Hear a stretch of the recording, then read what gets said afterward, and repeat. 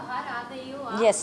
काफी अमेजिंग सा सफर रहा है। Thank you. एक्सपीरियंस कैसा रहा, क्योंकि बिग बॉस हिंदी हो गई है, खतरों का खिलाड़ी भी कर लिया आपने, और मराठी लेने का डिसीजन आपने क्यों लिया था?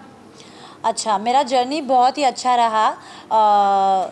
ऑनेस्टली अगर बताऊँ तो हिंदी से ज़्यादा खूबसूरत अगर मेरा जर्नी था तो ये मराठी बिग बॉस का था। Honestly it was very heart touching for me, क्योंकि मैं खुद ही एक मैं मराठी मुलगी हूँ।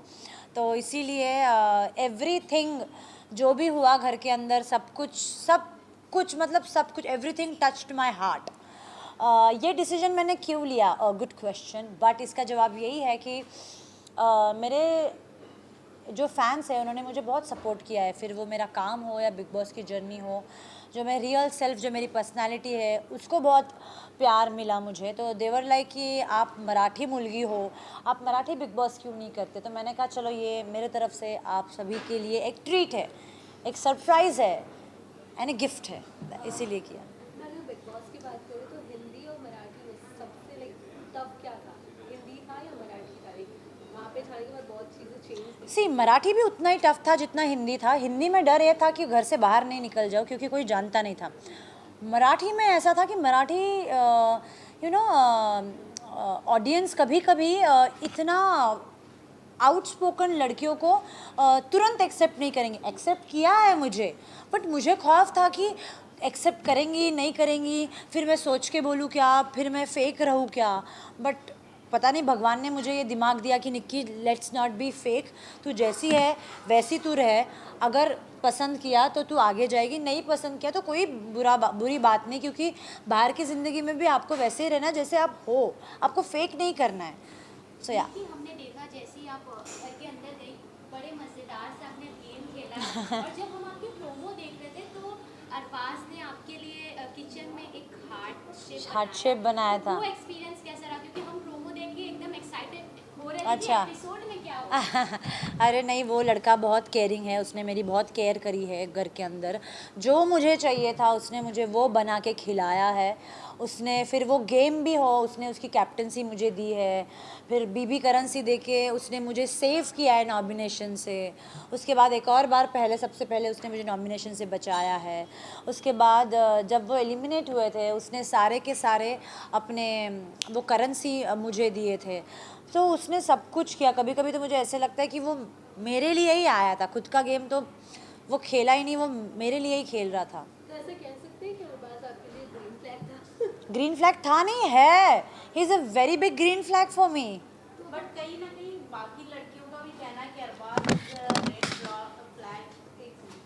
एक सेकेंड ना, हाँ क्या कह रहे कहीं हो? ना कहीं बाकी लड़कियों का कहना है कि Arbaaz is the red flag, क्योंकि रिसेंटली जब वो इंस्पिरेशन से बाहर आए थे तो उनका नायरा से काफ़ी अच्छा बॉन्ड था, बट नायरा ने जिस तरीके से एलिगेंस लगाए, बट वो कहीं ना कहीं वो इंगेज भी थे, वैसा भी ऑडियंस का कहना था लीजा से। बट अब कहीं ना कहीं वो सब चीज़ें छोड़ के अब आपके साथ दिख रहे हैं, तो कितना क्या उसमें रियल है और क्या फेक, क्योंकि ऑडियंस अभी तक कंफ्यूज है।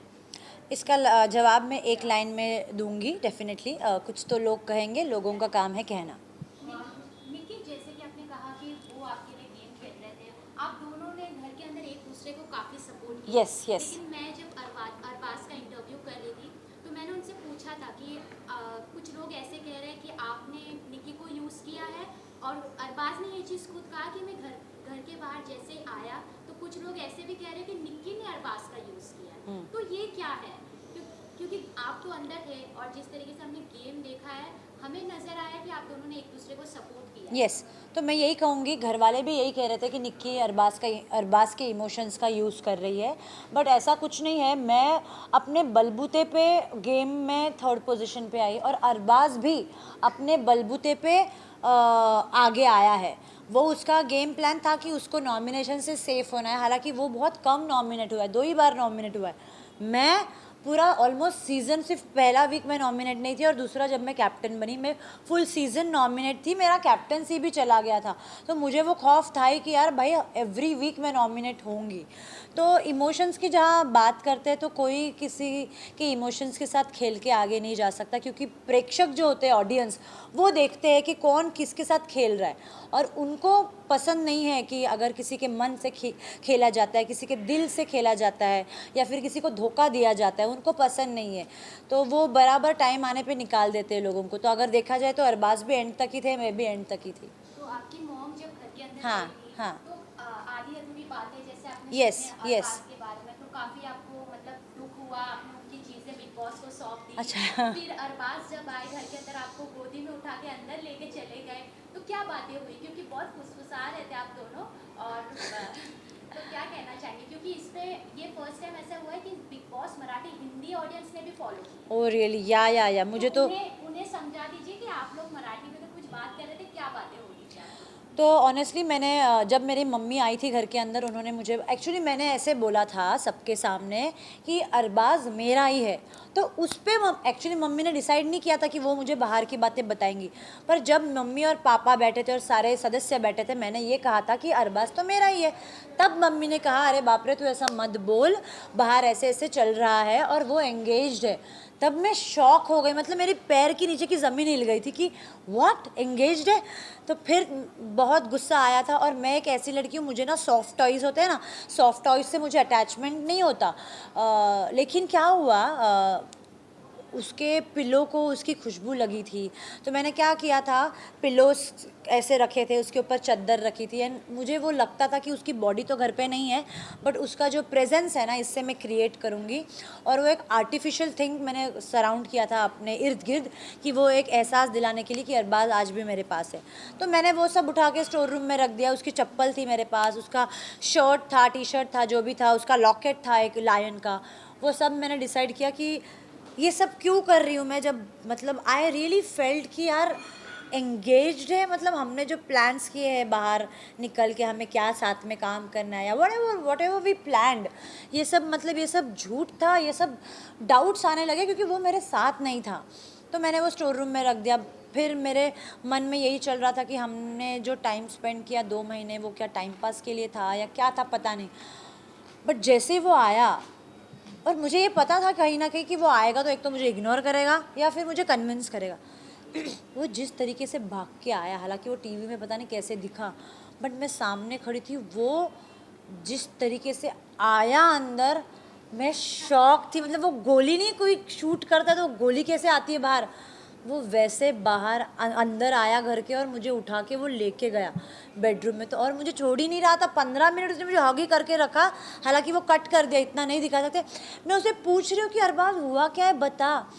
फिर उसने बताया कि जो भी तेरे को समझ में आ रहा है घर के अंदर, वो थोड़ा सा वो फेक है, वो रूमर्स है, और अगर सच भी है तो क्या सच है क्या नहीं, उसने मुझे सब बताया। और उसने मुझे ये भी कहा कि वो सब मैंने ख़त्म कर दिया, इट्स ऑल माई पास्ट।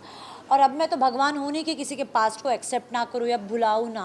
अगर सामने वाला इंसान अपने पास्ट को भुलाने के लिए रेडी है तो मैं भी भुलाऊँगी डेफिनेटली, बिकॉज हम सब लाइफ में रोज़ नई ज़िंदगी जीते हैं, so it's as a matured person I will obviously forget anybody's past and grow ahead in life. भाई मैं आपसे जानना चाहूँगी निकी, क्योंकि आपको ऑडियंस पहले से जानती है, अरबाज से पहले से जानती है, आपकी फ़ैन फॉलोइंग ज़्यादा है, बॉलीवुड हो या टीवी हो, सारी इंडस्ट्रीज के लोग आपको जानते हैं। तो कहीं ना कहीं एज अ ऑडियंस सवाल बनता है, क्योंकि अरबाज जब सिलसिला किए थे, उन्होंने बहुत सारे पॉडकास्ट में डंके की चोट पे कहा कि yes Lisa is my fiance, but अगर वो 2 महीने के बॉन्डिंग के लिए 8-9 महीने सालों का रिलेशन तोड़ सकते हैं, तो क्या आपके लिए लॉयल या ट्रूली मैंने ये कभी कमिट नहीं किया कि मैं उसके साथ किसी रिश्ते में बंधी गई हूँ।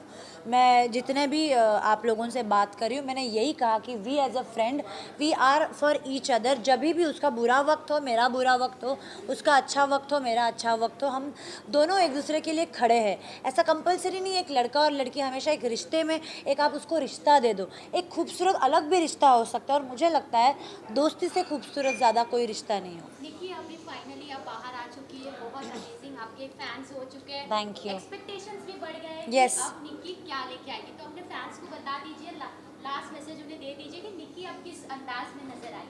अभी आपने तो देख लिया कि मैंने ऑलमोस्ट सारे रियलिटी शोज़ कर लिए हैं, तो अभी बस थोड़ा सा इंतज़ार कीजिए, बहुत सारे प्रोजेक्ट्स में मैं आपको दिखाई दूंगी। Thank you thank you, thank you, so much.